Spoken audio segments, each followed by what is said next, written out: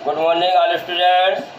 आज हम दिलीप कुमार गुप्ता कक्षा 10 में गणित का बहुपद का टॉपिक के बारे में बताएंगे। पार्ट 1 पाठ की रूपरेखा। आज हम लोग बहुपद के बारे में क्या क्या पढ़ेंगे।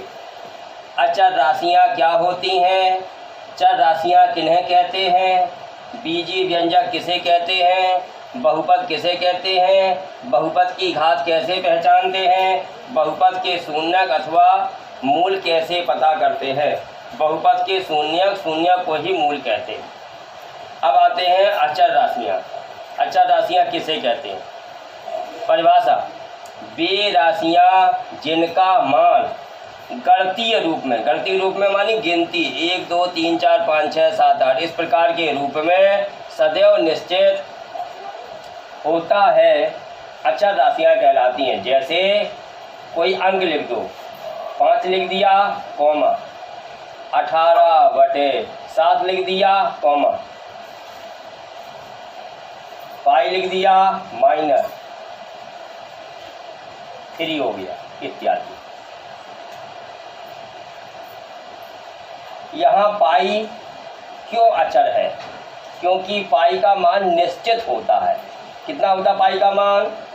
पाई का मान कितना होता है? पाई का मान सदैव निश्चित होता है 22/7 या 3.14, इसलिए पाई अचर राशि है। अब आती है चर राशियाँ।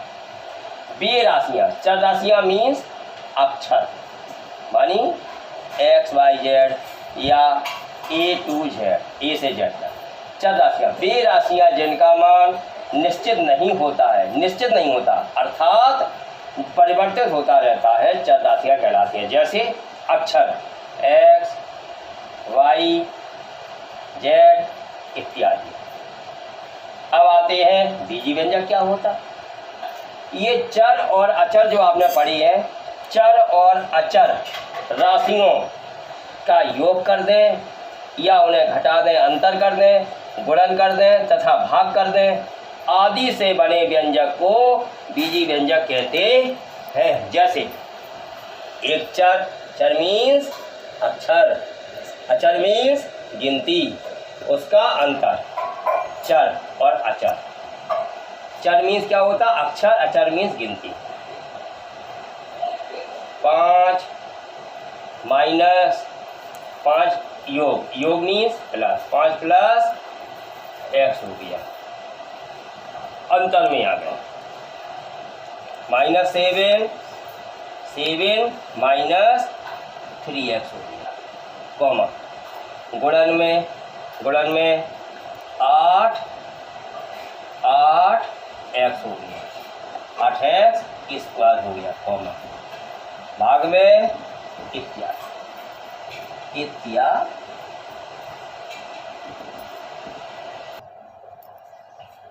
ऋणोत्तर पूर्णांक क्या होता है? अधिकतर बच्चे ऋणोत्तर, यहाँ ऋण शब्द आया ऋणोत्तर, तो वो सोचने लगते हैं कि ऋण वाली संख्याओं को ऋणोत्तर पूर्णांक कहते हैं, जबकि ऋणोत्तर पूर्णांक ऋण वाली संख्याएं नहीं होती हैं। अर्थात ऋणोत्तर पूर्णांक क्या होती हैं? ब्रैकेट में देखो, धनात्मक वाली संख्याएं, धन वाली संख्याएं और शून्य ही ऋणोत्तर पूर्णांक होता है। ऋणोत्तर पूर्णांक किसे कहते हैं? ब्रैकेट में धनात्मक संख्याएं और शून्य, धनात्मक वाली संख्या, धन वाली संख्याएं और शून्य को ही ऋणोत्तर पूर्णांक कहते हैं। अर्थात ऋण वाली संख्याओं को छोड़कर सभी ऋणोत्तर पूर्णांक होते हैं। अब आइए बहुपद की परिभाषा क्या होती है। By the definition of the polynomial, ऐसा बीजीय व्यंजक, बीजीय व्यंजक ऊपर पढ़ चुके अपन लोग। ऐसा बीजीय व्यंजक किससे मिलकर बनता है? चर और अचर के योग, अंतर, गुणन और भाग से। ऐसा बीजीय व्यंजक जिसमें चर मीन्स अक्षर की घात ऋणोत्तर पूर्णांक हो, बहुपद कहलाता है। बहुपद को निम्न प्रकार लिख सकते हैं। कैसे? a0 + a1 × x plus a2 x² plus ... यहाँ कुछ भी पद हो सकते हैं, प्लस an × x⁴n, जहाँ a0 a1 a2 an क्या है? ये सब वास्तविक संख्याएं हैं जहां a का मान कितना होना चाहिए? 0, a नॉट इक्वल 0। इसको पढ़ते हैं a not equal 0, a not equal 0 तथा n क्या है? एक ऋणोत्तर पूर्णांक है, नॉन नेगेटिव इंटीजर, मानी नेगेटिव को छोड़कर। चर को इंग्लिश में वेरिएबल कहते हैं। चर x में घात n का, चर को इंग्लिश में वेरिएबल कहते हैं, VARIABL, वेरिएबल। चर वेरिएबल चर x में घात n का एक बहुपद या बहुपदी कहलाता है। बहुपद की घात कैसे पहचानते हैं? किसी बहुपद में चर राशि की उच्चतम घात वाला पद देखेंगे, उच्चतम घात वाले पद के घातांक में क्या लिखा, उसी घातांक को बहुपद की घात कहते हैं। किसी बहुपद में चर राशि की उच्चतम घात वाले पद के घातांक को बहुपद की घात कहते हैं। जैसे नंबर 1, 3/2 x की power 5 minus 2x cube minus 7x square minus 18। ये बहुपद हो गया, एक पद, दो पद, तीन पद, ये 4 पद है। इन चारों पदों में x वाला पद की सबसे बड़ी घात ये है। इसमें कितनी घात लगी? x के ऊपर 5, इसलिए इस बहुपद की घात क्या होगी? 5 होगी, ये वाली 5 होगी, क्योंकि ये सबसे बड़ी घात है x पे, में बहुपद की घात 5 होगी। ऐसी इसमें आइए 9 माइनस 7x की घात 8 प्लस 3x की power 5 minus 2x square minus 15x में ये बहुपद हो गया। इसमें घात क्या होगी? इसमें देखो सबसे x की सबसे अधिक घात वाला पद कौन सा है? ये वाला है। इसमें कितनी घात है? x की 8।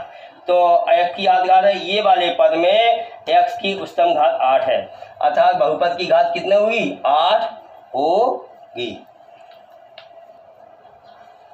बहुपद अथवा मूल, माना px एक बहुपद है। अब यदि p ब्रैकेट में a बराबर 0, देखो p ब्रैकेट में x था, p ब्रैकेट में a हो गया, मानी x की जगह a रख दिया, अर्थात 0।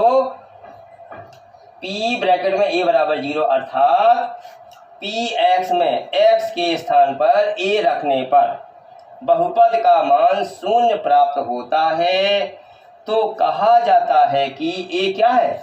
बहुपद px का शून्यक है। महत्वपूर्ण बात क्या है?